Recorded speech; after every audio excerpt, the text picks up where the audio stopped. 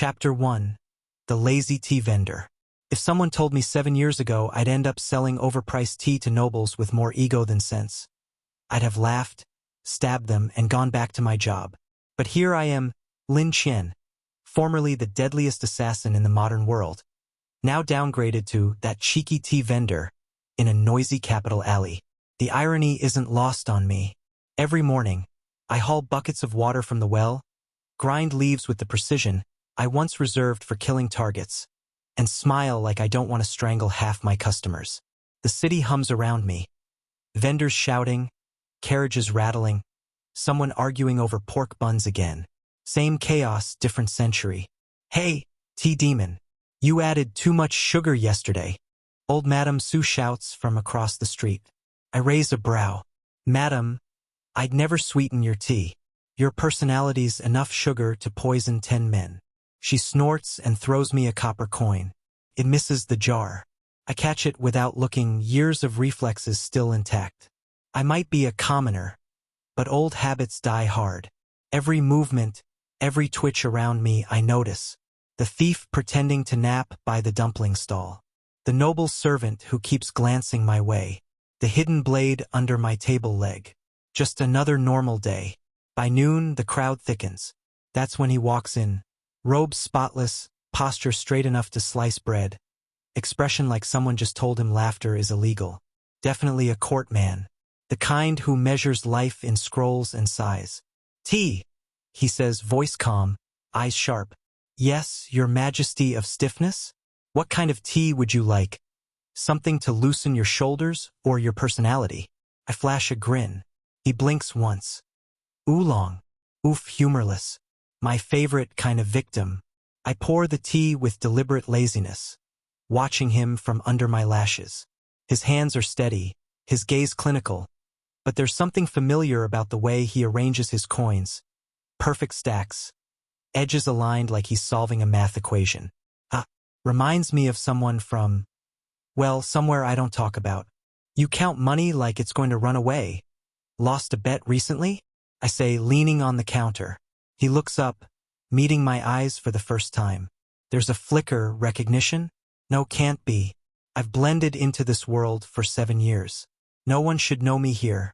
You have a peculiar way of handling cups, he replies softly. I smirk.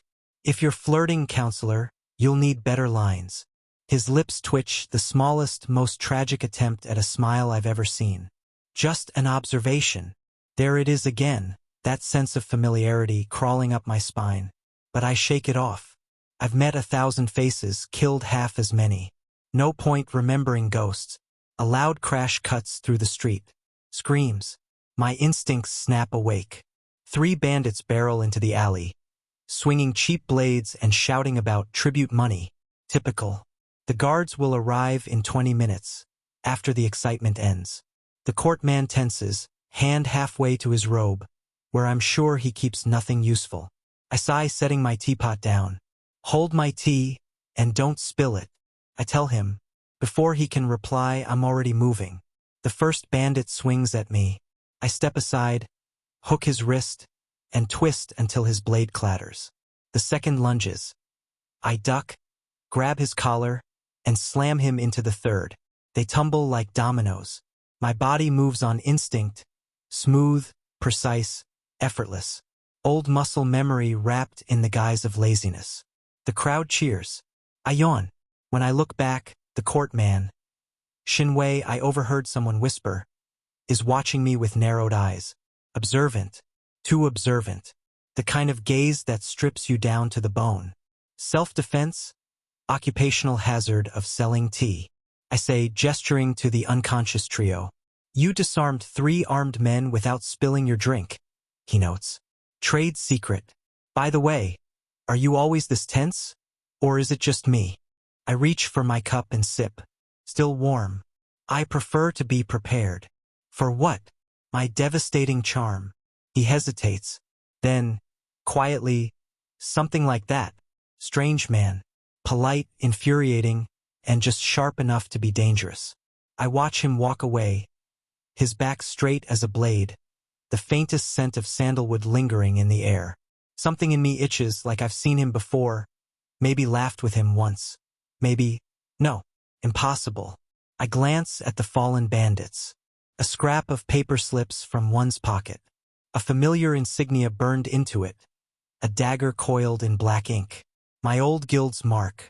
So they've reached the capital after all. My smile fades for just a second before I plaster it back on. No one notices. They never do. As I pour another cup for a customer, I catch myself spinning the teacup by its rim. A useless habit from the old world. Maybe nostalgia, maybe nerves. Shun Wei's words echo faintly. You have a peculiar way of handling cups. He noticed. No one ever does. I shake my head and grin to myself. Well, Lin Qian, I mutter. Looks like life's about to get interesting again. Chapter 2. A familiar habit. I was having a perfectly average morning. Meaning I'd burned one batch of tea, mocked 2 nobles, and successfully avoided the guard's donation requests, when he showed up again. Mr. Perfect Posture. Counselor Shun Wei. The court robot. The man glided into my stall like the air itself bowed to him. His robes were spotless, his expression still carved from marble, and his energy screamed, I have never once in my life laughed properly. Back again? Shouldn't you be off advising the emperor on how to breathe efficiently? I asked, leaning lazily on the counter. He didn't blink. Your tea is satisfactory. Wow, satisfactory. Be still, my fluttering heart. He sat, as precise as yesterday, and started stacking his coins into neat little towers again. Gods help me, the man could probably align the stars if you gave him a ruler. I poured the tea and noticed his gaze on my hands. Not shyly, not with admiration, but sharply, like I was a puzzle missing one piece. You always spin your cup before drinking. Where did you learn that? He said quietly. I paused mid-spin. A little habit. Just muscle memory, nothing special. Oh, this? A long time ago. Probably while I was while I was young and dumb. I shrugged. He hummed, low and thoughtful. Someone I knew used to do the same thing. Must have been a man of culture. Or bad wrist control. I grinned. That got me the faintest curve of his mouth.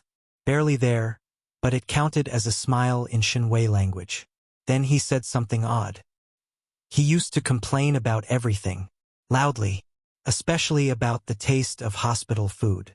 I blinked. Hospital? Is that a new sect or something? Sounds deadly. He just stared, long enough that the back of my neck prickled. His eyes were sharp, but there was warmth buried somewhere behind them. Recognition, maybe. Nostalgia? No, couldn't be.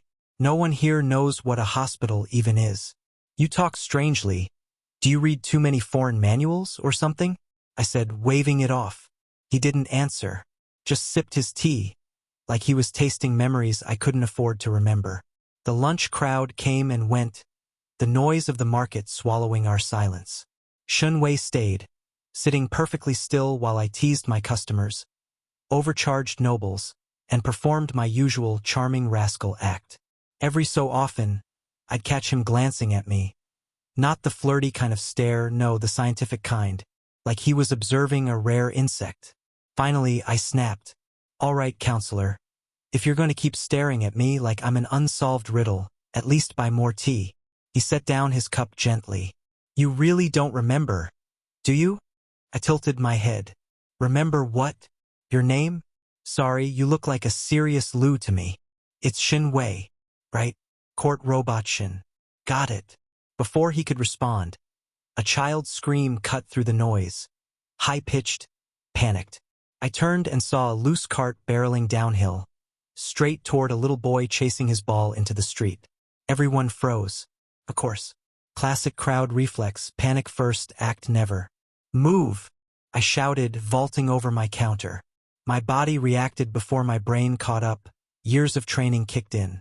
I shoved the table aside, lunged, and grabbed the kid by his collar, yanking him out of the cart's path. The table tipped, legs flying, teacups scattering. I stumbled, the child safe in my arm, but something solid broke my fall.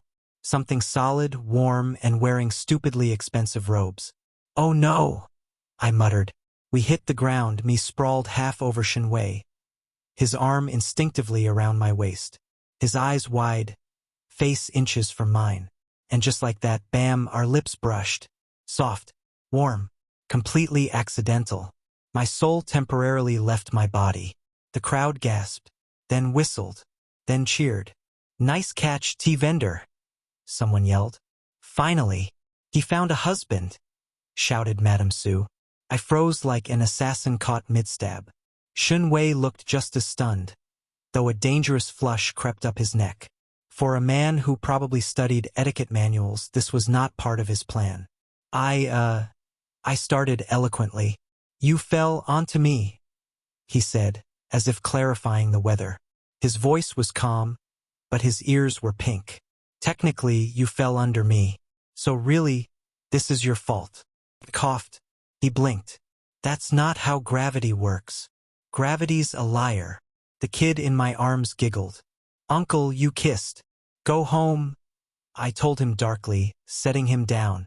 Shun Wei stood, brushed dust off his robe, and extended a hand to me.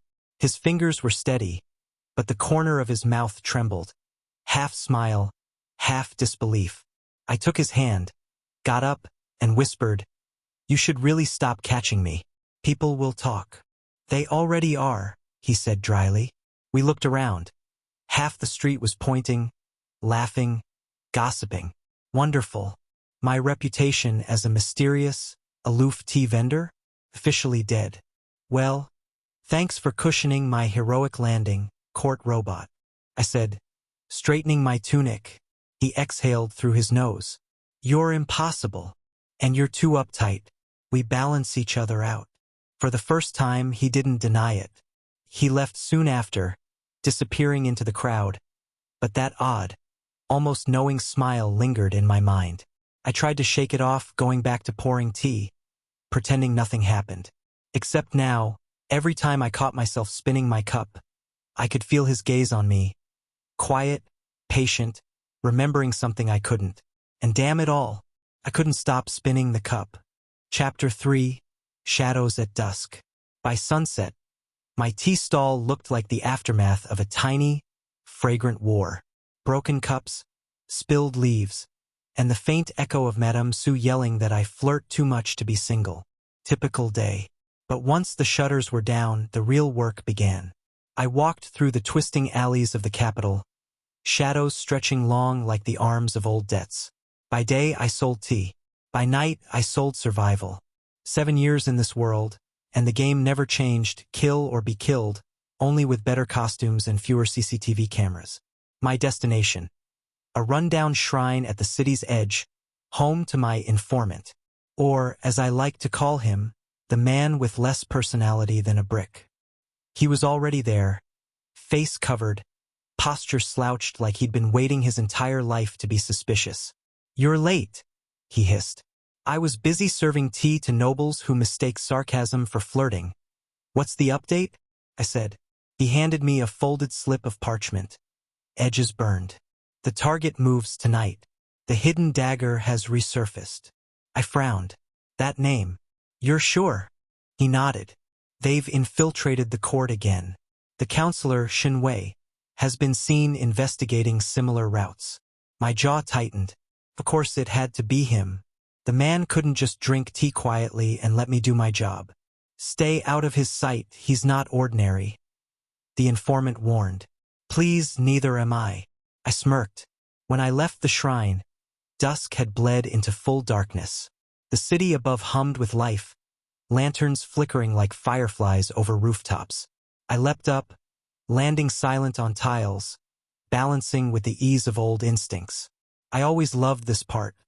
The height, the cold wind, the freedom to watch everyone below pretend their world was safe.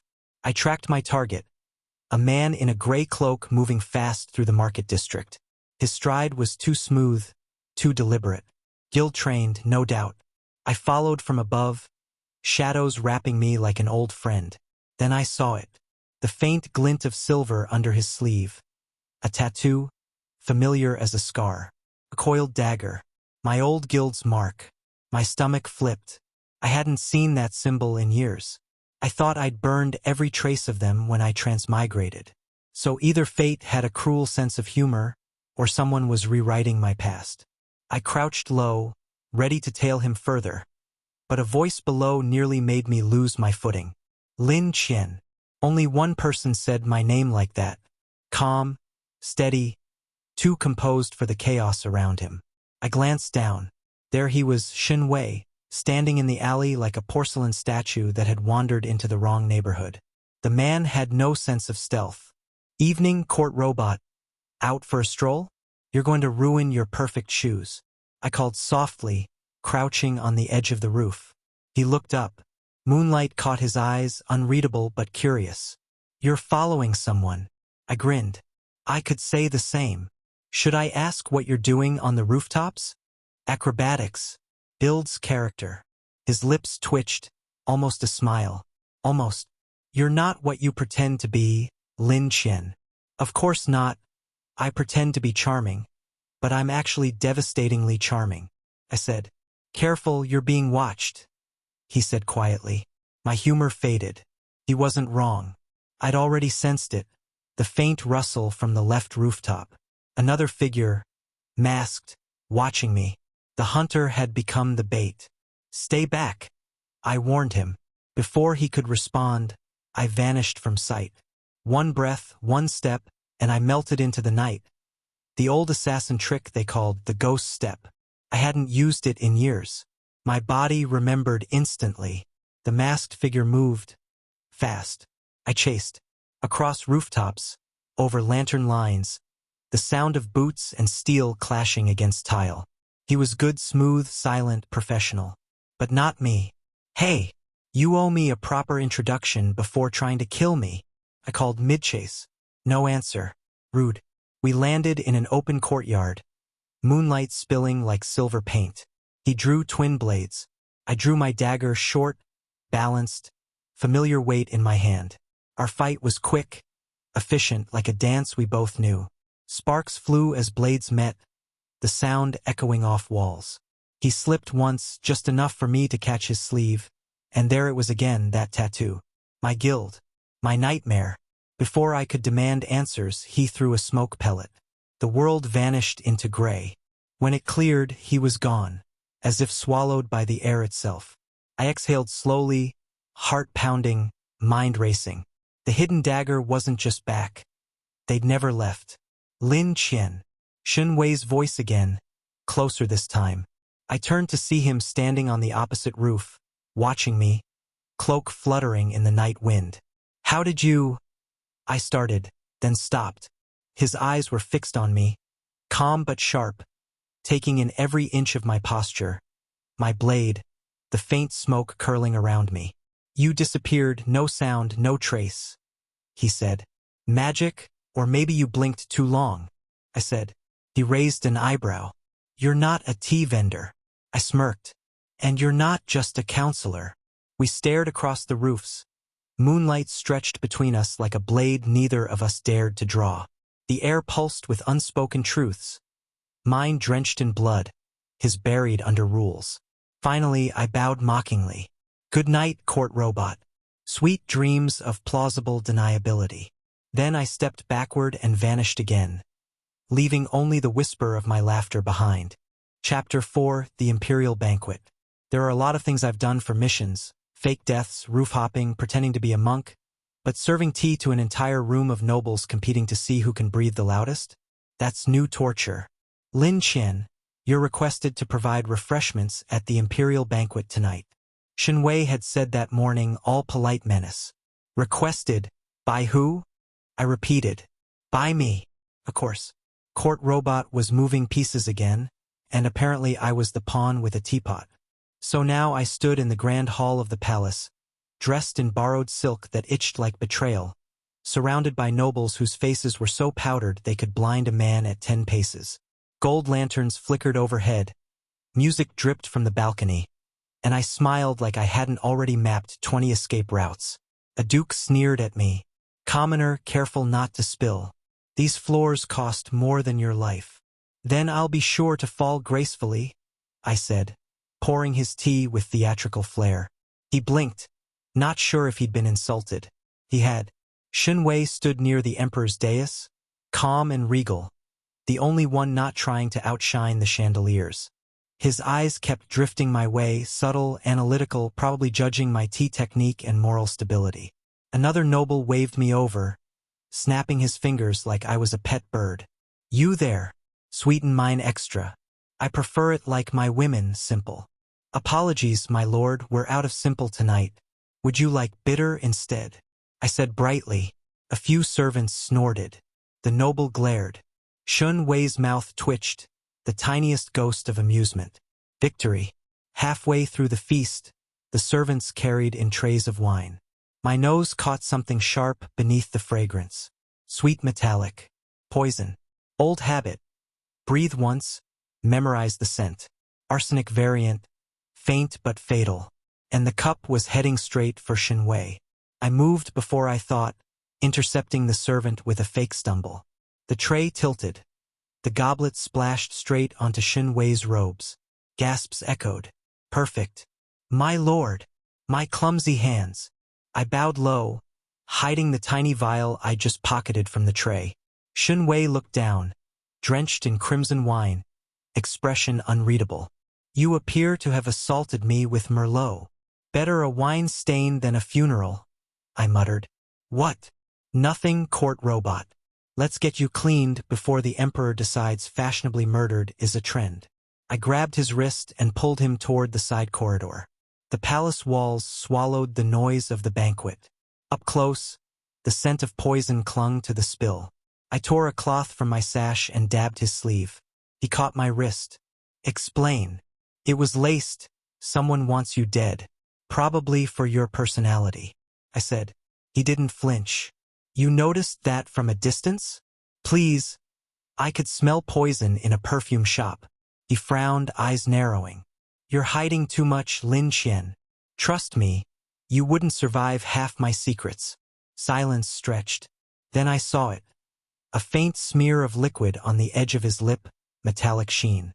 Without thinking, I reached up, thumb brushing the corner of his mouth.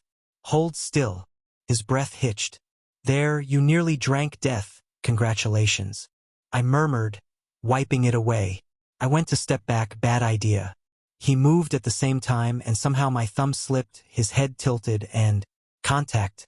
Soft. Warm. Short enough to doubt. Long enough to ruin my composure. We froze. I could practically hear the universe laughing. Shinwei blinked, eyes wide but unreadable, a faint pink rising to his ears. I coughed into my fist. "Occupational hazard. Happens to the best of us."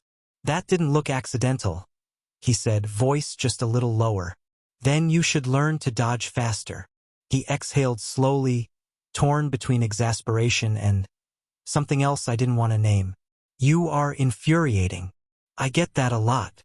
We returned to the banquet, both pretending nothing happened. Everyone stared at Shinwei's stained robe. The emperor raised an eyebrow. "Counselor, an incident?" Shinwei bowed calmly. "A minor spill, your majesty." The tea vendor acted swiftly to prevent greater harm. Translation: "He saved me, don't ask questions." The nobles whispered. I stood behind him, hands folded, trying not to grin too obviously. When the banquet finally ended, Shinwei passed by me at the doors. His voice was soft enough for only me to hear. "You have a strange way of saving people, Lin Qian." I shrugged. "You're alive, aren't you?" He paused, eyes glinting like moonlight on steel. "For now."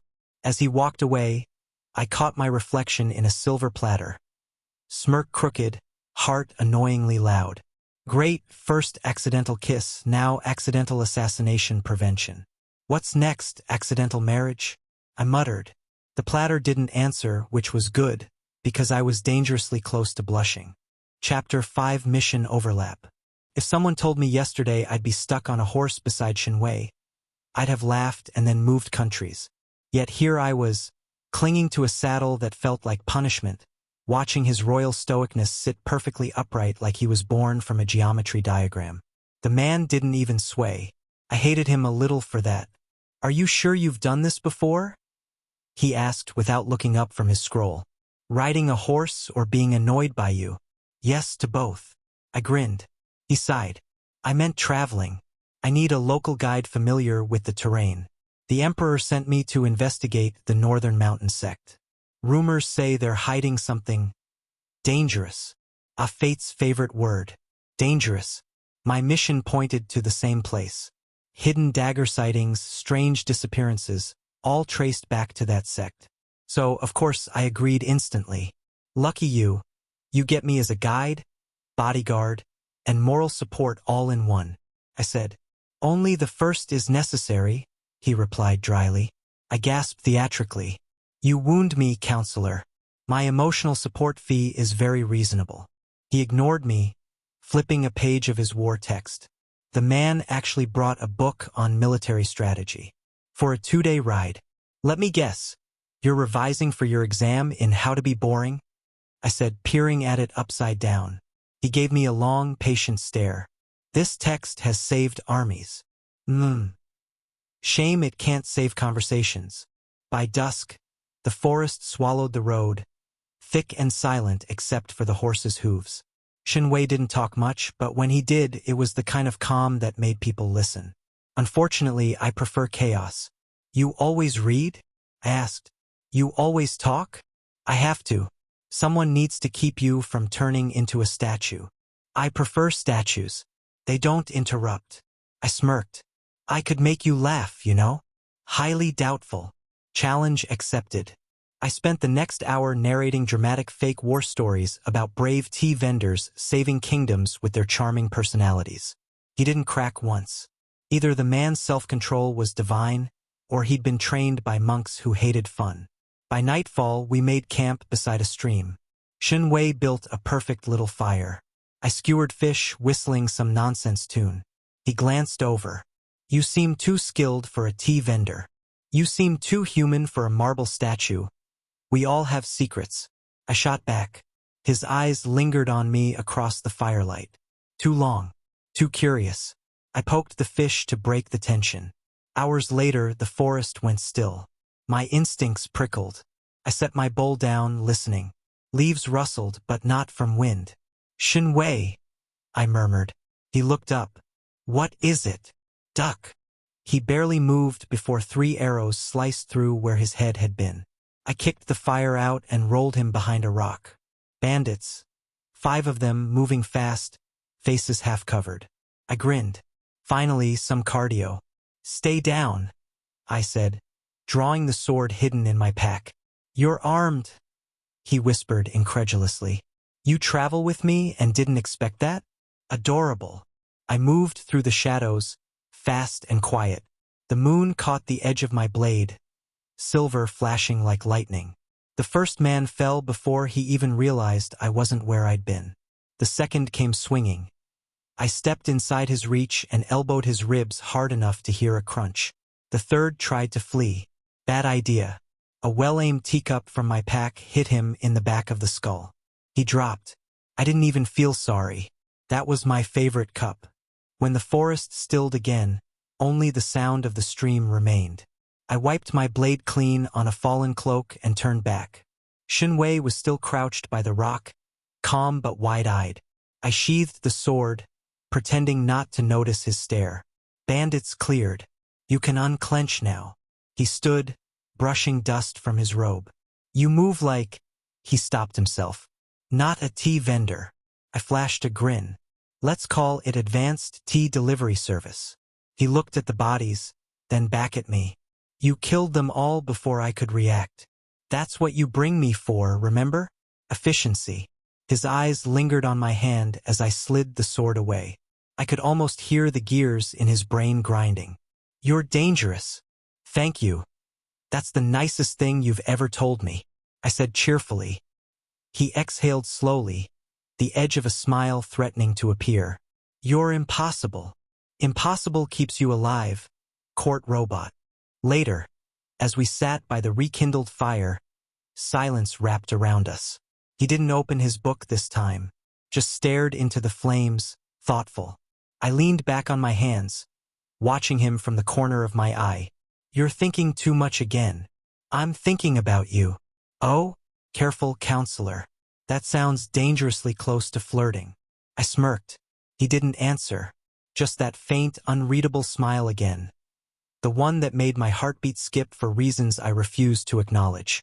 I poked the fire with a stick. You know, you really should let me teach you how to fight. I said lightly, and you should let me teach you patience.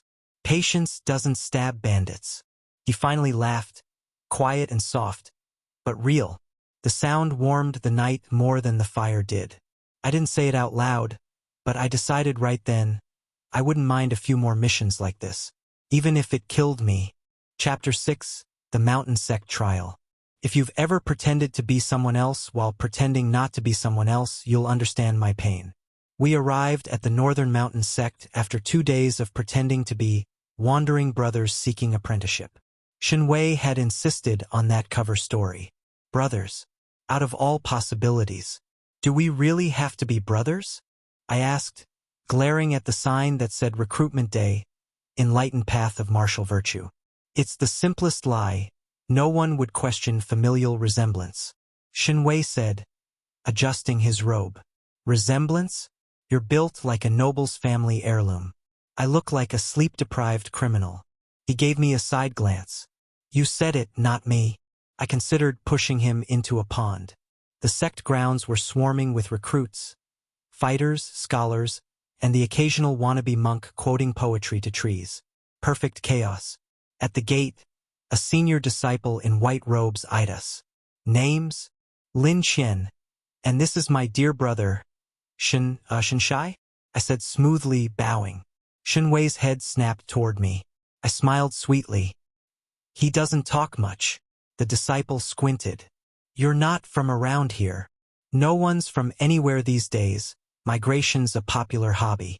I replied. Somehow we got in. The sect divided trials into 2 categories. Combat and wisdom. Shenwei naturally went for the strategy puzzles. I naturally went for hitting things with style. Combat was easy. I could probably do it half asleep, and I had, once. They gave us wooden swords. The recruits were supposed to spar until one surrendered. My first opponent lasted about 5 seconds. The next lasted 4. Someone in the crowd whispered, "He fights too clean for a commoner." I smiled wider. Always nice to be recognized for professional excellence. Meanwhile, Shenwei sat under a pavilion solving riddles with monks. He looked calm, composed, utterly inhuman. Every time he lifted his brush, someone sighed like they were witnessing art. Show off. After the trials, the sect decided to pair promising recruits for mutual improvement. Guess who I got? Yep, Mr. Perfect Posture himself. The training yard that afternoon shimmered with heat. Shenwei stood opposite me, sleeves rolled up. He looked unfairly good like that. Calm, sharp, all quiet intensity. This is for show, we need to blend in. He reminded me. Sure, blending in by beating each other senseless. Great plan, brother, I said, twirling my sword. He exhaled. Try to make it look real. Oh, I always make it look good. We circled each other. The first clash of swords echoed across the yard. Shenwei's stance was precise but stiff. I tapped his blade aside easily. You hold your sword like it's an essay, I said, and you wield yours like you're dancing. Exactly. Grace under pressure. He lunged. I sidestepped, smirking. Faster, counselor. Pretend it's an assassination attempt. He frowned. That's not. I feinted left, spun right, and disarmed him in one fluid move. My blade kissed his throat lightly. Lesson 1. Don't talk mid-fight. He glared up at me. Lesson 1. Don't underestimate your opponent. Then he surprised me, grabbing my wrist, twisting sharply. I lost balance for half a heartbeat. He tried to sweep my legs. I countered by catching his sleeve, momentum dragging us both down. We hit the ground hard. I landed on top of him, breathless, palms braced beside his shoulders. His eyes widened, and I suddenly realized how close we were. His breath brushed my cheek. Steady, warm, annoyingly distracting. Neither of us moved. Then gravity betrayed me. My grip slipped, and my lips brushed his. Just a fraction. Barely a second. My heart did something stupid. We froze. Again. Training accident? I said intelligently. He blinked, face unreadable except for the faintest pink at his ears. Clearly. I rolled off him, coughing into my fist. You know, I don't usually kiss my sparring partners. Occupational hazard, maybe. He stood, brushing dust off his robe. You should be more careful with your balance. Balance? You practically threw yourself under me. I snorted. I did not. You totally did. He sighed, muttering something about insufferable idiots. I grinned, stretching lazily. See, this partnership's going great already. That evening, as the sun bled into the mountains, we stood side by side watching disciples train below. Shinwei spoke quietly. You fought like someone who's done this their whole life. I tilted my head. Maybe I sold a lot of tea to violent customers. He didn't smile this time, just studied me with that unervingly sharp gaze. You're hiding too much, Lin Qian. Everyone's hiding something. Shinwei. He looked away, but not before I saw the faint curve of his lips. Perhaps, but you hide it with flair, he said softly. I grinned. What can I say? I'm talented. As we left the yard, the night air cool around us, I couldn't shake the memory of that brief, accidental touch.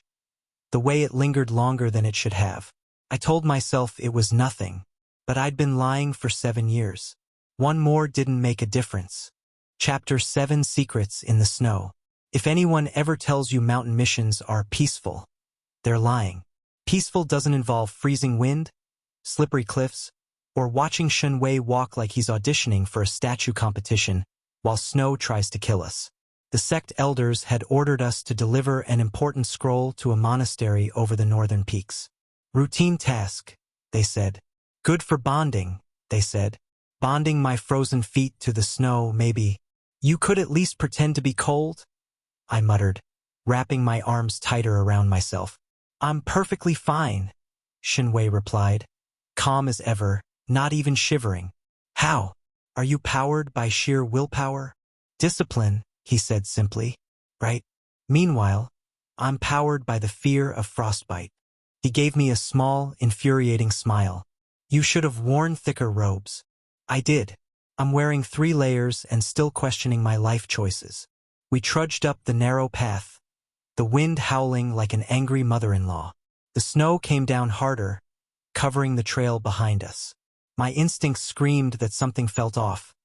The air too heavy, the slope too unstable.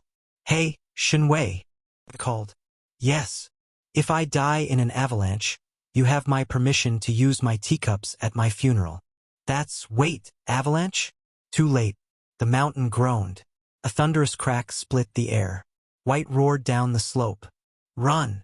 I grabbed his arm and bolted sideways. The world blurred, snow, wind, chaos. We dove behind a rocky ledge just as the avalanche swallowed the path. For a few heartbeats, all I could hear was the pounding of my pulse and Shunwei's uneven breath beside me.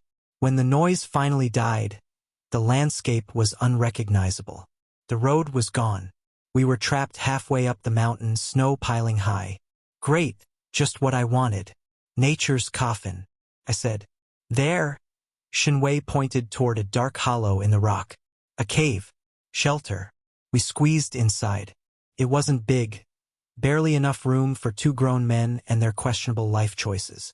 The air was cold, damp, and smelled faintly of moss. I lit a small fire from dry twigs I'd stashed. Always be prepared. Assassin training rule number 3. Shunwei sat across from me, unrolling the scroll to keep it dry. His fingers were trembling slightly. Hands, I said. He looked up, startled. What? Give me your hands. I'm fine. You're not. Frostbite doesn't care about your pride. I reached over before he could argue and caught his hands. His skin was ice cold, pale blue at the fingertips. Without thinking, I brought them close to my mouth and breathed warm air over them. He froze. Lin Qian, don't flatter yourself, I said quickly, though my voice came out softer than intended. You just happen to have very uncooperative hands. His gaze was steady, unreadable. I kept blowing gently on his fingers, rubbing warmth back into them. The firelight flickered between us, gold and soft. For once, neither of us spoke. The silence was thick, the kind that hums in your chest. Finally, I looked up. Better. He didn't answer. His eyes met mine, dark and clear, and I realized how close we were again. Always too close, like gravity enjoyed mocking us. Lin Qian, why do you keep saving me? He said quietly. Because you die without me? I said lightly, but my heartbeat betrayed me. His lips curved, faint but real. Perhaps.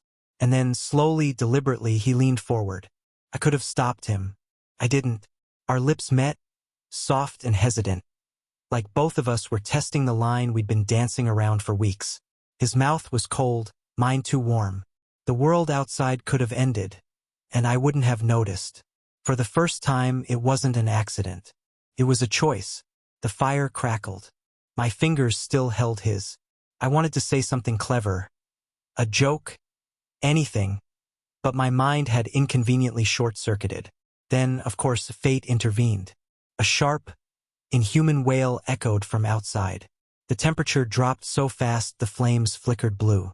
Shen Wei pulled back, eyes narrowing. What was that? He whispered. I stood, drawing my sword. Either a ghost, or the mountain's opinion of our timing. Shapes moved in the snow. Pale figures with hollow eyes and icy breath. Snow spirits. Hungry ones. Stay behind me, I said, stepping toward the cave mouth. Shen Wei stood anyway, reaching for a talisman from his sleeve. You forget who you're talking to. Right, the brain with legs. Perfect for freezing to death. Focus, Lin Qian. We fought side by side, blade and charm, steel and flame. My sword flashed silver under the moonlight, each spirit turning to mist as it fell. Shen Wei's spell burst like lightning, scattering frost and shadow. When it was over, silence returned, broken only by our ragged breathing. I wiped the blade clean and looked at him. Next time, I said, panting. We save the kissing for when we're not about to be eaten by snow ghosts. He almost smiled. You assume there will be a next time. Oh, there will, I said, grinning despite the chaos. You're too fun to tease. We settled back inside, exhausted. The fire crackled low. Shen Wei leaned against the wall, eyes closing. As I watched him drift off, I couldn't help but think. If every mission was like this, I might never want to go home. But that thought, like the warmth between us, I kept to myself. Chapter 8, The Hidden Dagger Revealed. The thing about secrets is they're like splinters. You think you've buried them deep, but one day you grab something the wrong way, and suddenly they're right there again, bleeding under your skin. For me, that day came when Shen Wei and I broke into the sect leader's chamber. Technically, it wasn't breaking in. We were conducting a discreet investigation sanctioned by absolutely no one. Semantics. The room was dark, heavy with incense and lies. Scrolls stacked in neat shelves, maps spread across the desk. Shen Wei lit a lamp, his expression already 10 steps ahead of me. Search for anything with imperial seals, he said. Sure. I'll just rifle through treason and paperwork like it's laundry day. I muttered. I started checking drawers. Most of it was boring. Tax records, scrolls about spiritual enlightenment. The usual nonsense. Then, tucked under a ledger, I saw it. A folded parchment marked with a symbol I hadn't seen in 7 years. 2 curved blades crossing a black crescent. The emblem of the hidden dagger, my old guild. For a second, I forgot how to breathe. The mark wasn't just painted. It was pressed into the wax in the exact pattern used for mission authorizations. My mission authorizations. I knew because my fingers had sealed dozens of them before I died. Well, transmigrated. Details. Lin Qian? What is it? Shen Wei's voice cut through the noise in my head. I turned, holding the parchment carefully. You're not going to like this. He crossed the room, reading over my shoulder. A contract. Not just any contract, assassination orders. Hidden dagger work. And this, I pointed to the encoded signature, belongs to the guild master himself. Shen Wei's brow furrowed. You're certain? Positive? I used to be one of his shadows. His eyes flicked up to me. You were part of. Long story. Involves murder, bad fashion, and worse bosses. He ignored my attempt at humor. So the sect leader is working with your old guild. Looks like it, and not just working with them. He's buying hits. On whom? I unrolled the next page, and my stomach dropped. There, written in the old cipher only assassins used, was my own codename, Crow. The order read, Crow to investigate and eliminate targets linked to the Emperor's counselors. I laughed once, short, humorless. Well, congratulations to me. On my own weapon. Shun Wei's expression tightened. Someone sent you here knowing you'd uncover this. Yeah. Used me like a blade, then tossed me into this world to finish the job blind. I said bitterly. He was silent for a long moment. Then he said quietly, if the hidden dagger is linked to the sect, and the sect to the court, the corruption reaches higher than we thought. Meaning your emperor might have his silk-stained hands in this mess too. He didn't deny it, just clenched his jaw, the muscle ticking. I serve the emperor, he said, but softer this time, like he wasn't sure what that meant anymore. I leaned against the desk, staring at the flickering lamp. Funny, I spent years pretending to be someone else, and it turns out the mask was the job. Shun Wei looked at me then, not the calculating counselor, but the man beneath the robes. You didn't choose this, he said. Doesn't matter. Blood still stains the same. He stepped closer, close enough that the lamplight caught the faint scar on my cheek. You've been punishing yourself for something you couldn't control. I forced a smirk. Don't get all poetic on me, court robot. I'm serious, Lin Qian. I know. The silence stretched, heavy but strangely comfortable. His hand hovered, like he wanted to reach out but didn't dare. I almost wanted him to. Almost. Then footsteps echoed outside. We both froze. Voices, sect guards, getting closer. Shun Wei grabbed my arm, whispering, window. We slipped out just as the door creaked open. The cold night hit my face like a blessing. We sprinted across the courtyard, ducking behind the stone wall as torches flared behind us. Remind me, why do all my missions end with running? Panted. Because you improvise too much, he said. Admit it, you'd be bored without me. He didn't argue, which was basically agreement. We made it back to our quarters. Snow had started falling again, thin flakes catching in his hair. He sat down, rubbing his temples, and said, if the Emperor's court is involved, I'll have to send word to my contacts discreetly. Discreetly, right? Like we're doing any of this discreetly. I echoed. He shot me a tired look. Lin Qian. I sighed, flopping onto the bedroll. Fine. No jokes. But you should know something. He looked up. That scroll wasn't sent to the sect leader. It was sent from him. To someone in the capital. I said quietly. Who? I don't know. But the courier's code suggests a direct line to the palace. He went still. Then someone high-ranking ordered the hidden dagger's contract. Yeah. Guess we're both working for liars. I smiled without humor. The silence that followed wasn't awkward this time. It was heavy, but it felt shared, like we'd both stopped pretending for once. He leaned back against the wall, closing his eyes. Then we exposed them. I looked at him for a long moment, then nodded. Together. His eyes opened, steady, resolute. Together. Outside, the snow kept falling. Cold, endless, silent. But inside that little room, for the first time in 7 years, I felt something warm that wasn't fire. Maybe trust. Maybe something more dangerous. Chapter 9, Betrayal at Dawn. There's something poetic about betrayal happening at dawn. The sky's all pink and peaceful. Birds chirping like idiots. Perfect background music for chaos. I should have known things were going too well. When people start trusting me, fate usually schedules an explosion. Shun Wei and I were packing up to leave the sect. Scroll secured, evidence hidden. When the knock came, soft, polite, suspiciously polite. I opened the door halfway.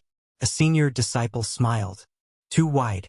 Brothers, the master wishes to see you. Yeah. And I wish for free tea. Neither of us was getting what we wanted. I caught Shun Wei's eye. He gave the smallest nod. We stepped outside straight into an ambush.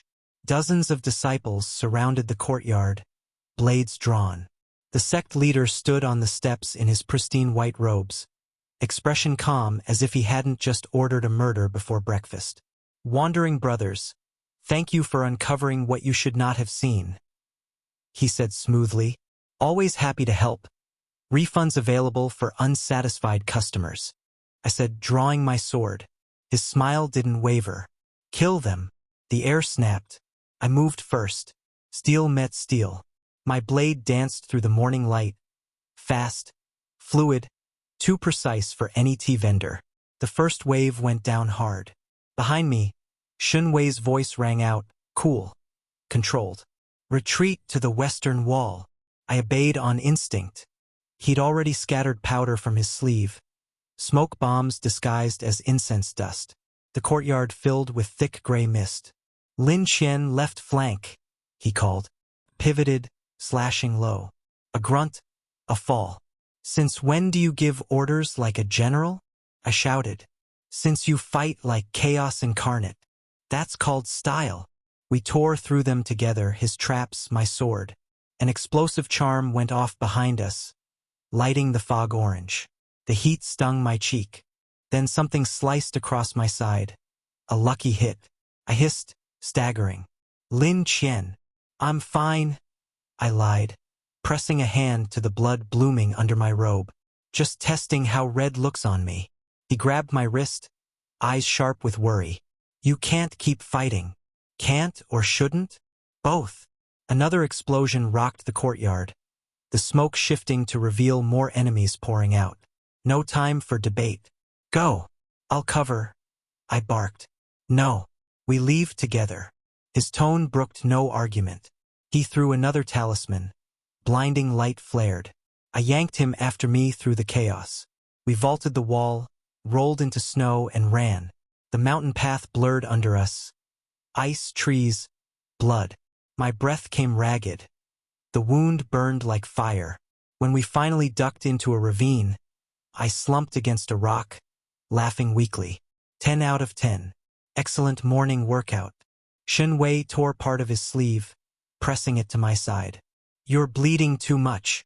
Can't ruin my mysterious charm," I muttered, though my vision swam. He frowned, gentle but furious. "You're impossible. That's why you keep me around." Silence fell, broken only by wind. He worked fast, binding the wound. His hands trembled slightly, not from cold this time. I stared at him. "You want the truth, don't you?" He didn't look up. "I think I already have it." I laughed, dry and a little bitter. "Let me say it anyway." He paused. I took a breath, tasting blood and snow. My name wasn't always Lin Qian. I was an assassin, one of the best. Modern world. Concrete towers, not mountains. One day a job went wrong. Next thing I knew, I woke up here, in this ridiculous wuxia drama, with orders from people I'll never see again. His eyes lifted to mine. Steady, calm, unreadable. "I've been pretending to be a nobody for 7 years. Tea vendor, traveler, whatever kept me invisible. The mission they gave me, it was a setup. I was just the knife they needed to twist." I said quietly. The wind howled through the ravine. My confession hung there, raw and ugly. "I understand if you want nothing to do with me now. Hell, I don't even want to be me half the time." I added. He didn't answer, just looked at me for a long, unbearable moment. Then he said softly, "I already knew." I blinked. "What?" "Your stance, your awareness, the way you handle a blade. You never hit it. You just pretended you did. You've been, what, humoring me this whole time?" His mouth twitched. "Observing." I snorted. "That's just a fancy word for stalking. Call it what you like." He tied the last knot on my bandage. "You saved me more times than I can count. Assassin or not, that's what matters." I stared at him. "You're awfully calm for someone who just learned his travel companion's a murderer." He met my gaze evenly. "I'm not innocent either." And just like that, the weight in my chest loosened. "You really are impossible," I said. "So I've been told." I leaned back, wincing as pain flared. Guess we're both disasters. He actually smiled this time. At least we're competent ones. The first light of dawn crept over the peaks, painting the snow gold. Below us, the sect burned faintly in the distance, smoke curling into the sky like the end of a chapter. I looked at him, his face calm against the firelight. What now? He turned toward the sunrise. Now we find who's pulling the strings. I grinned, despite the blood drying on my sleeve. Danger, betrayal, and government conspiracy? Finally, something I'm good at. He sighed. Try not to enjoy it so much. No promises. The wind rose again, cold and clean. For the first time in years, I felt something close to freedom. Standing beside the one person who'd seen through every lie I had, and stayed anyway. Maybe betrayal wasn't such a bad way to start a new alliance. Chapter 10: The Confession of Lives. If someone had told me I'd one day flash back to my previous life while hiding in a mountain cave with a royal counselor who couldn't start a fire without a manual, I'd have laughed in their face, then probably stabbed them for accuracy. But memories have a cruel sense of timing. One moment, Shenwei and I were patching my wound by flickering firelight. The next, I was back in my old apartment. Metal blinds half closed, the hum of a computer filling the air, and a half-eaten cup of instant noodles dying a lonely death on the desk. Lin Qian, you used my charger again. I glanced up from my gun cleaning kit. You left it there. It was plugged into my laptop. Still counts as public property. Shenwei, my ex-roommate and self-proclaimed moral compass, sighed like a disappointed parent. He was in his element, hoodie, glasses, tapping away at 3 monitors filled with scrolling code. I called him the court robot even back then. He said I was emotionally unavailable with homicidal tendencies. Fair. Who are you hunting tonight? He asked, not looking up. Some corporate idiot selling kids data. Why? I said. Because you look like you're going to vanish again. I snorted. When have I ever done that? He gave me that look. The one that said he'd already saved my alibi 3 times and filed my fake death certificate once. Just come back, he said quietly. I didn't promise. I never did. That night, I left. That mission was the last one. The one that went sideways where I died or woke up, here. And now, sitting beside the same man in another world, another life, I finally realized how much I'd taken for granted. Back in the cave, the fire cracked. My breath hitched. Shenwei was watching me. Steady, patient, like he'd been waiting 7 years for me to say something. Hey, remember that time I borrowed your charger? I said, forcing a smirk. He blinked. I remember you never returned it. I chuckled, though my chest ached. Guess I borrowed your peace of mind too. He didn't smile, just looked at me, really looked. You remember. Hard to forget the only guy who knew how I took my coffee. Silence stretched between us. The cave suddenly felt too small. I picked up a rock and tossed it into the fire. I shouldn't be here, I said finally. This world, this body, none of it's mine. Every time I start to, I stopped, biting the word back. Every time I care, it goes wrong. Lin Qian. No, don't. You don't get it. I can't lose you twice. I stood, ignoring the pain in my side. The words came out sharper than I meant, and damn it, so did the sting behind my eyes. He rose too, calm but unyielding. You think pushing me away will protect me? It's worked before. Really? Because I've been chasing your ghost for years, he said softly. That shut me up. He stepped closer, every word measured like a blade. You disappeared. One day gone. No goodbye, no trace. I thought you were dead. Then I woke up here and saw you again. Pretending to sell tea, pretending not to know me. Do you have any idea what that felt like? I wanted to make a joke. God, I wanted to. Something stupid to break the tension. But nothing came. I thought if I stayed close, you'd remember. And when you did, I'd finally be able to say it. He continued, voice lower now. Say what? I asked, barely above a whisper. That I loved you, then and now. My heart stuttered like a broken clock. Shenwei. He moved. One step, then another until he was right in front of me. The fire painted gold on his cheekbones, his eyes burning with something rawer than logic. I took a step back. Don't. You don't know what I've done. I do. You don't know what I'll do. I still do. I kill people for a living. He didn't flinch. And I bring them to justice. We've always balanced each other out. That did it. The dam cracked. I shoved at his shoulder, half-hearted, desperate. Why do you keep doing this? Because I refuse to lose you again. He caught my wrist before I could pull away. The air between us burned hotter than the fire. His grip was firm, unrelenting, but not cruel. Shen Wei, shut up, he murmured. And then he kissed me. It wasn't the hesitant kind we'd fumbled through before. This one was fierce, unguarded. The kind that demanded the truth you'd been too scared to speak. His lips were cold from the mountain air. His hand at the back of my neck steady, as if anchoring me to this world. For once, I didn't fight it. The tension that had coiled between us for 2 lives broke like a drawn bowstring. My hands fisted in his robes. His breath hitched against my mouth, a quiet sound that felt more dangerous than any blade.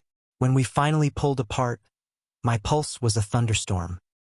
He rested his forehead against mine, voice soft but firm. You can run if you want, Lin Qian, but you'll always run in circles. You'll always end up here. I tried to speak, but all that came out was a laugh, rough, broken. You're infuriating. He smiled faintly. You've mentioned. We stood there in the firelight, 2 broken men from a dead world, breathing the same air like it was an apology.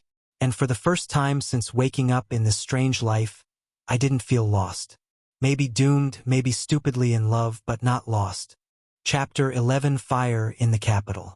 If there's one thing I've learned in 7 years of pretending to be a harmless tea vendor, it's that cities don't change. They just add more corruption and better lanterns. The capital was buzzing when Shen Wei and I slipped back in. Festival banners fluttering, drums echoing, people throwing coins like happiness could be bought by the handful. Perfect setting for a political assassination. Naturally, I was back behind my tea stall. Old habits die hard. I tied my hair up, smudged some soot on my face, and went back to pouring totally normal tea with the smile of a man who definitely wasn't planning to dismantle a government conspiracy. Shen Wei, of course, was back in his scholar robes, playing the part of the emperor's counselor with that usual calm expression that made nobles confess without realizing it. We'd agreed to pretend not to know each other in public. For safety, he said. For amusement, I said. I still caught him looking, though, quick glances when he thought I wasn't paying attention, like I was his favorite bad habit.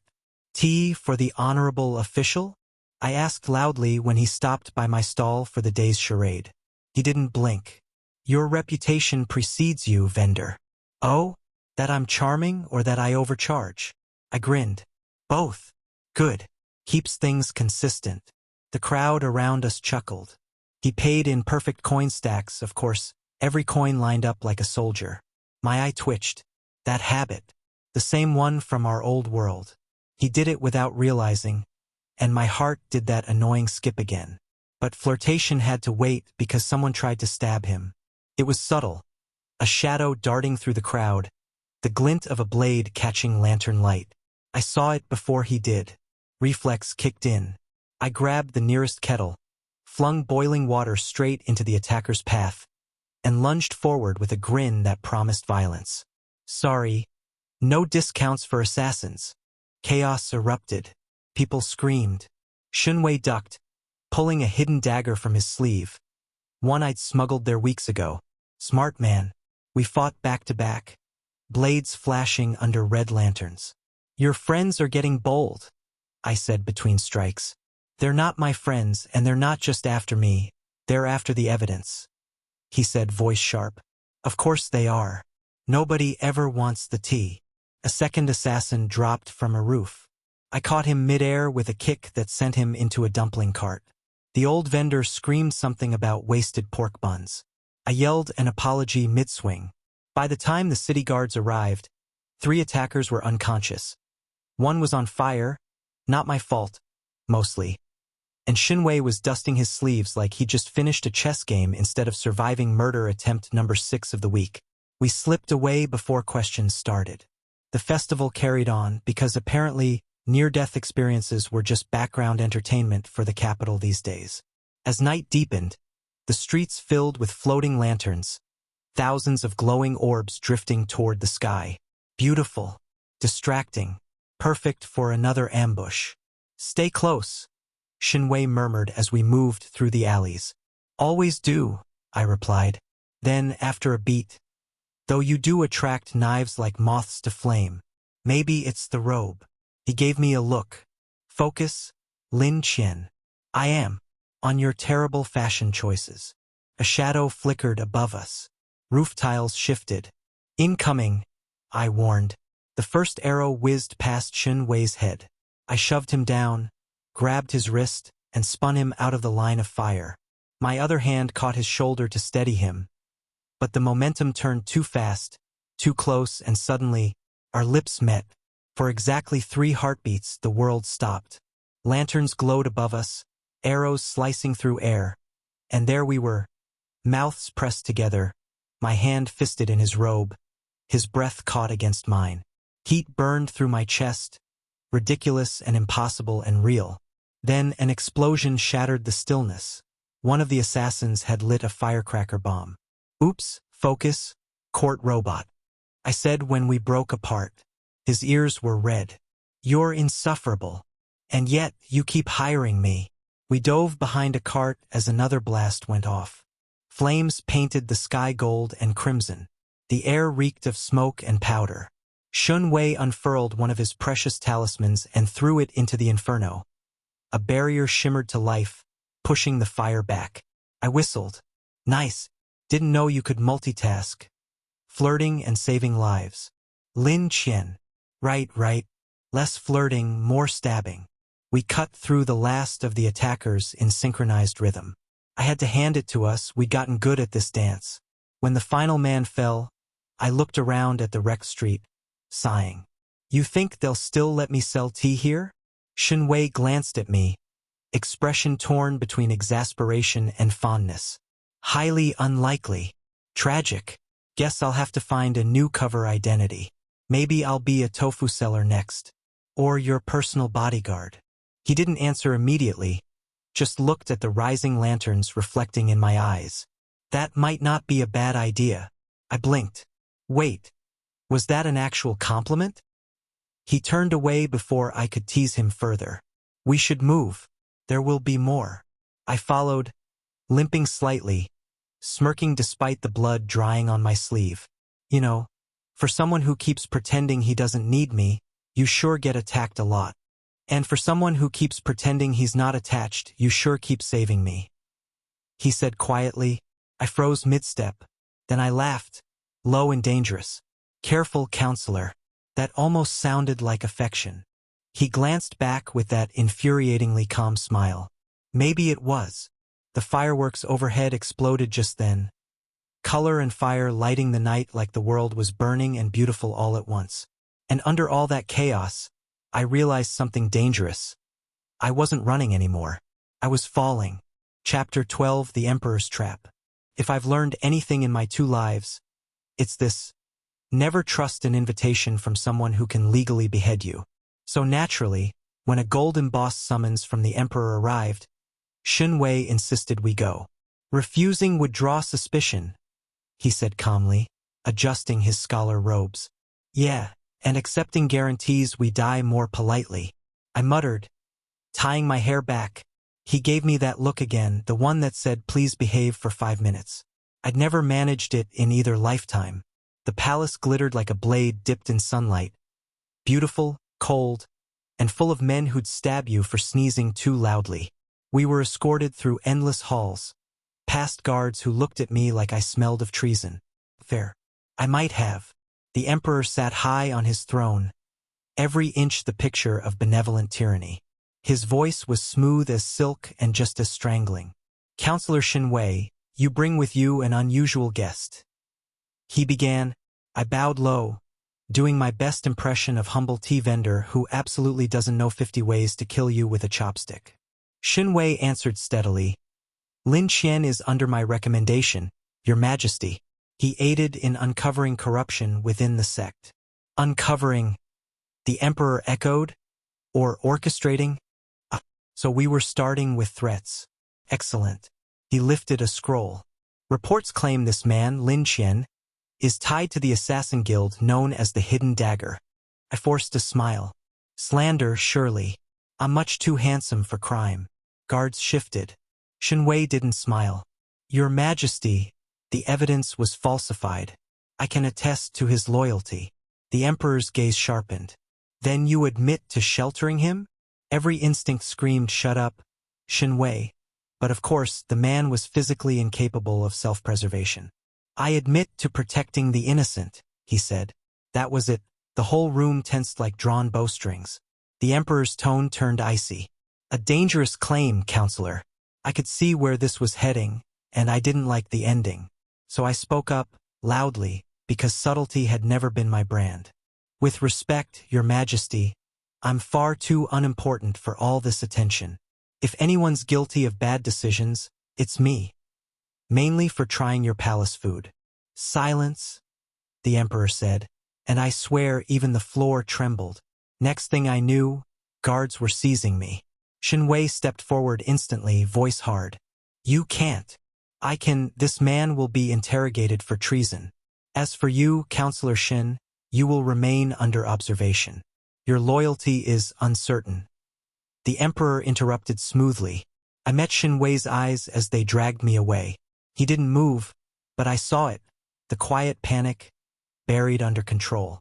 Don't do anything stupid, I mouthed. He mouthed back, too late. Dungeons are depressingly consistent across worlds. Damp, dark, and smell like old cabbage. I was chained to a wall, shirt torn, dignity mildly bruised but intact. I'd been through worse. But this time, it wasn't pain gnawing at me.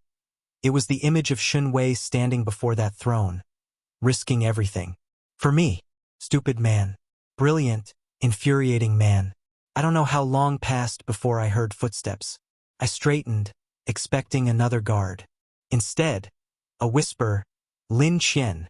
That voice, calm, low, the kind that could unravel me faster than poison. Court robot.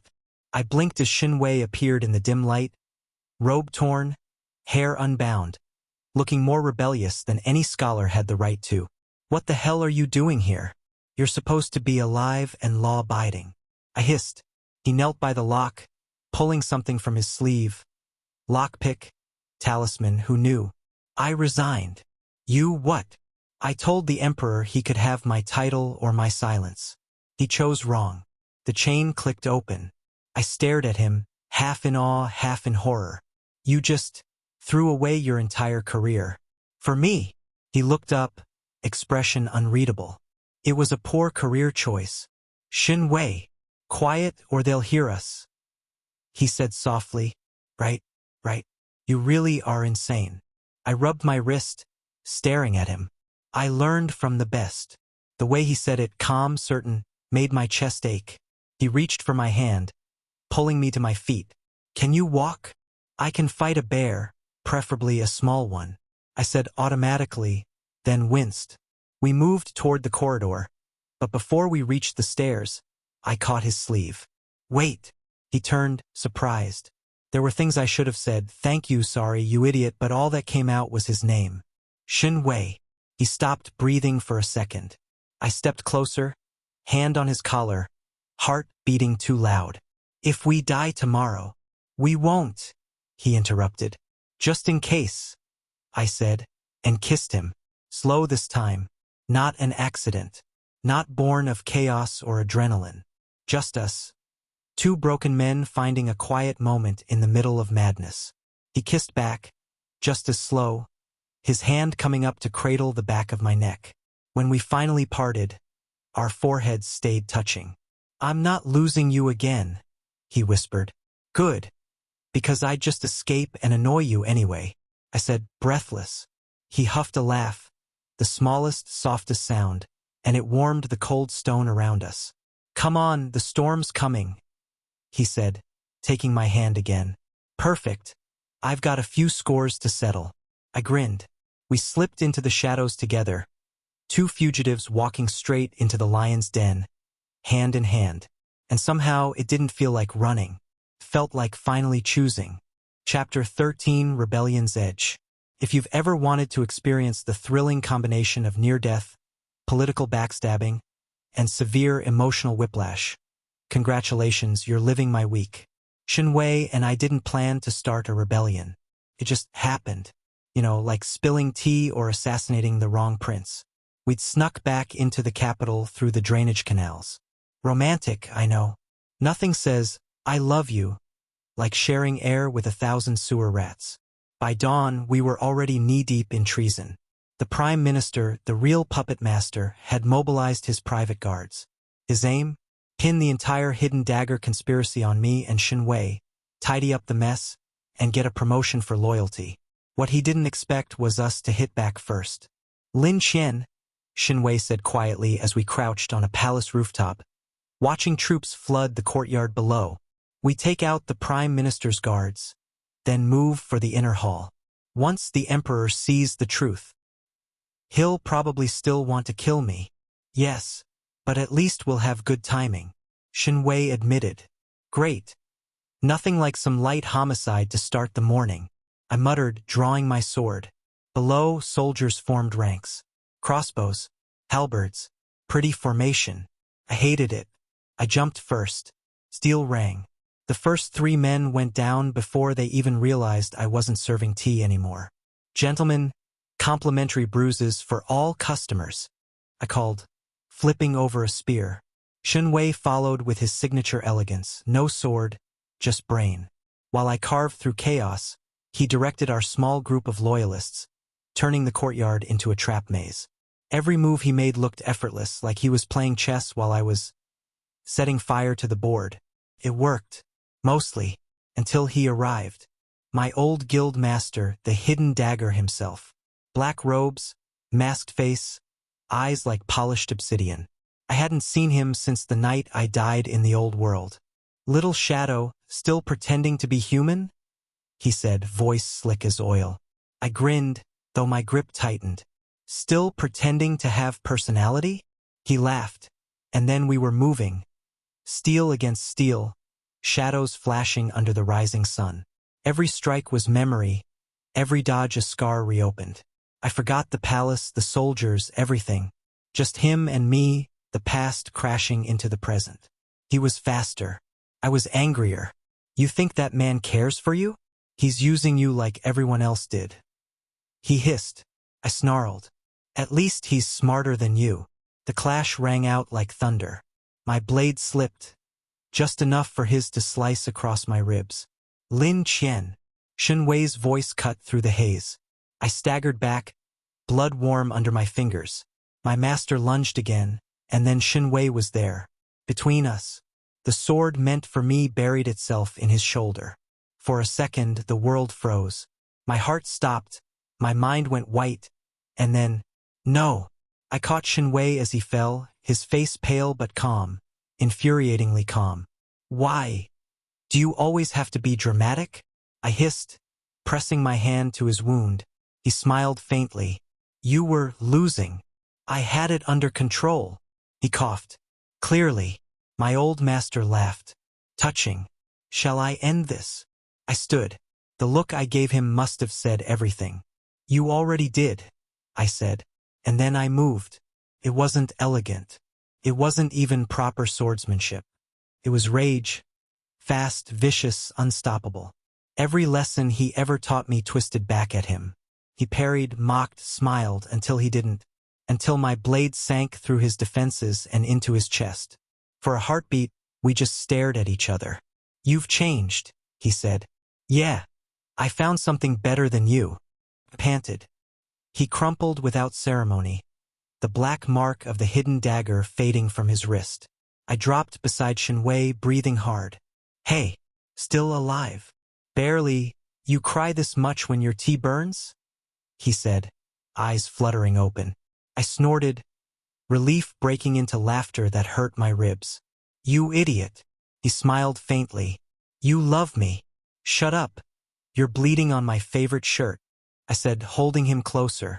Around us, the Prime Minister's forces broke under the chaos Shin Wei's allies had unleashed. The Emperor's guard stormed in minutes later, and for once not to kill us. Apparently, exposing the actual traitor wins you a few points.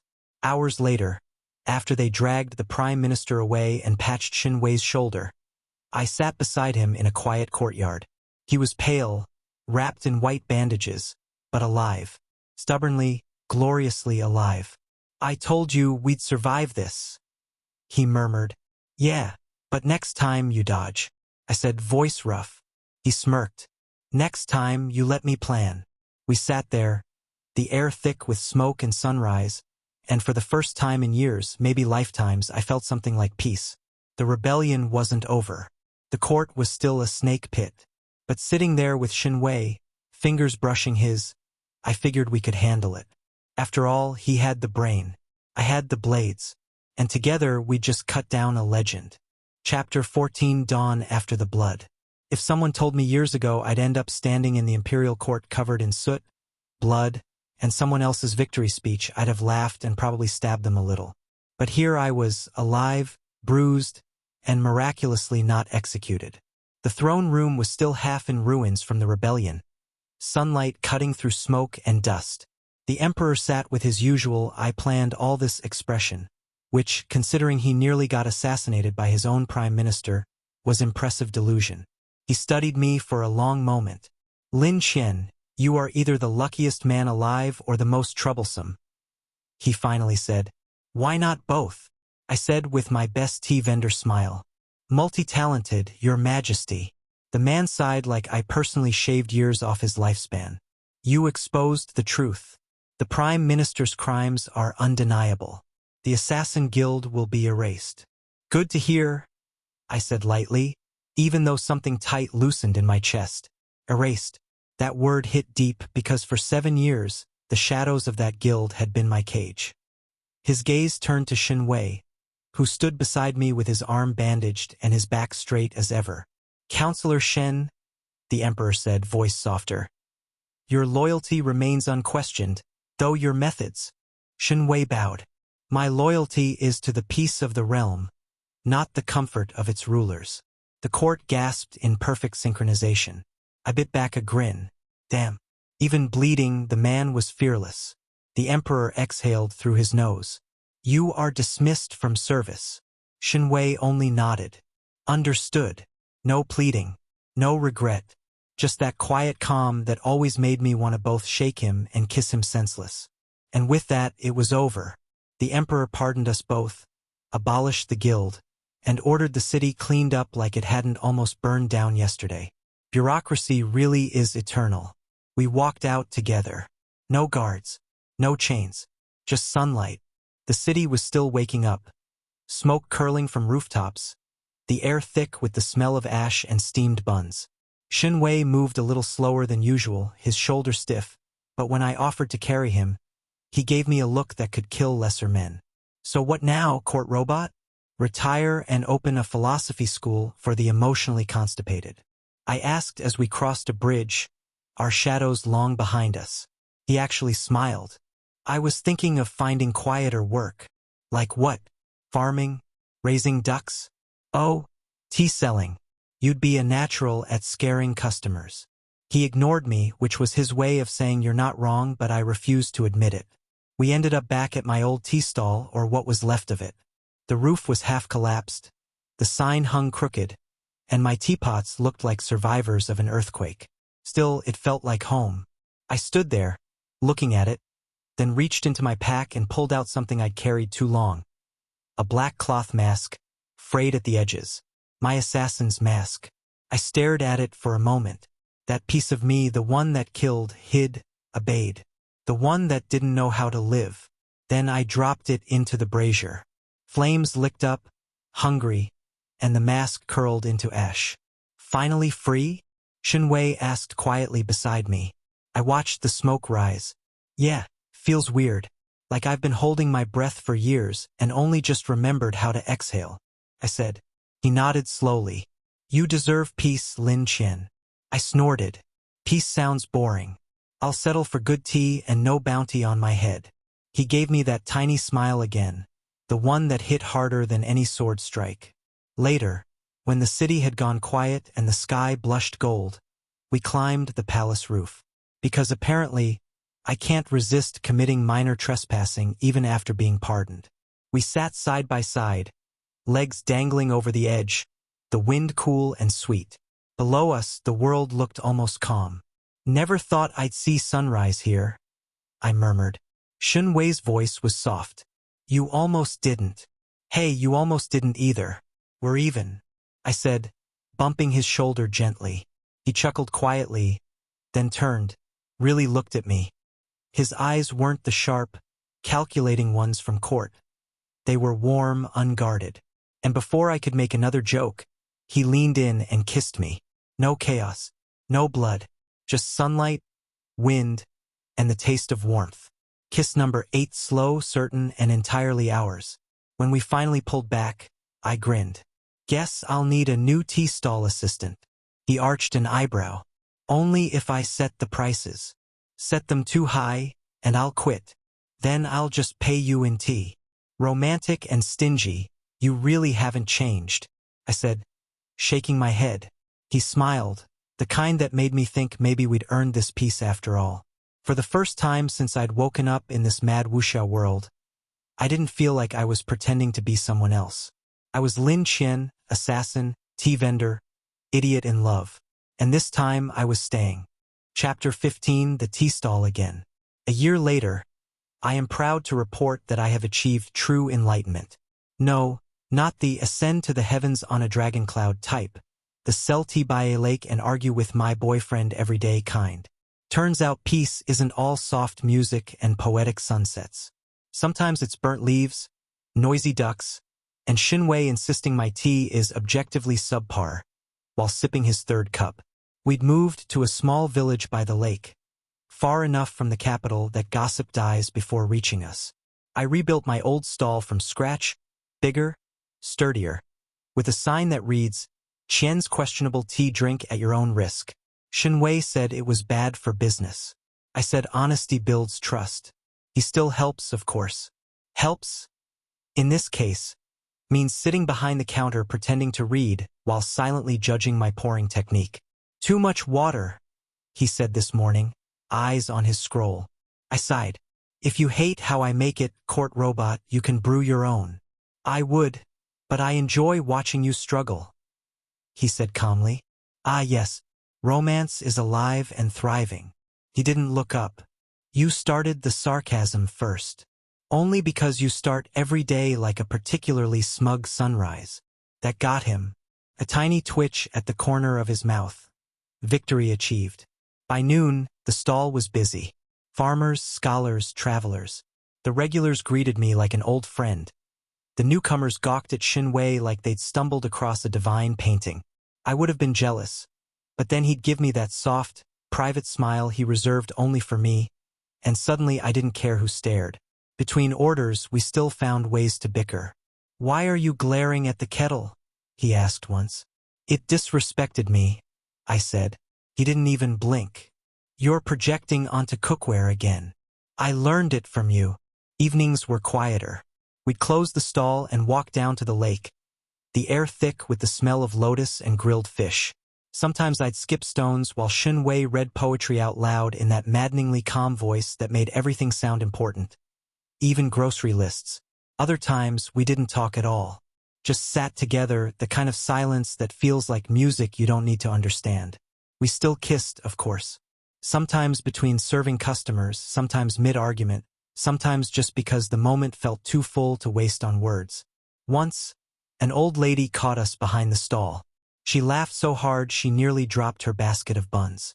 I offered her free tea for her silence. She demanded extra sugar instead. One night, when the stars looked like spilled sugar on black silk, I found Shun Wei sitting on the roof again, book in hand. Reminiscing about your days as an uptight counselor? I asked, climbing up beside him. Reminiscing about how you never listened to me, he said without looking up. Good times, I still think you miss palace politics. You look like a man who dreams of paperwork, I said, leaning back. He chuckled, rare and soft. I prefer this. It's quieter, warmer. I turned to him, smirking. Is that your poetic way of saying you like me? He closed his book, meeting my gaze. Old habits die hard. Before I could reply, he reached for my hand. His fingers brushed mine, and suddenly the world shrank to the warmth between our palms. I hadn't realized I'd been spinning my cup again. An old nervous tic from my assassin days. Shinwei caught it mid-turn, still smiling. Old habits die happily. He said softly, something in my chest squeezed. I laughed it off, but my throat felt too tight to breathe right. Careful, you're starting to sound sentimental. Next thing I know, you'll write a ballad about us. I said, too late, it's already in the book, he murmured. That was Shinwei. Maddening, brilliant, unshakably calm. And somehow, he'd decided that me, the sarcastic tea-selling ex-assassin with too many opinions, was home. We spent the rest of the night sitting side by side, watching the lanterns drift across the lake. Some floated close, flickering softly. Others drifted away, like little pieces of memory fading into the dark. I thought about all the things we'd lost, the guild, the lies, the blood, and how, somehow, we'd found something worth keeping. Hey, Shinwei, I said finally. If I ever try to be a hero again, stop me. I intend to, he said. Good, because I'd rather just be happy, I said, leaning closer. He turned, eyes glinting in the lantern light. Then be. So I did. I kissed him, slow, familiar, steady, the way you do when you already know the ending. Now, every morning begins the same. Me shouting at boiling kettles, Shinwei muttering about tea ratios, laughter spilling out across the water. Maybe we'll travel someday. Maybe we won't. But for now, this little stall by the lake is enough. We're free. We're alive. We're ridiculously in love. And honestly, that's the best kind of adventure. Oct30.txt. Displaying Oct30.txt.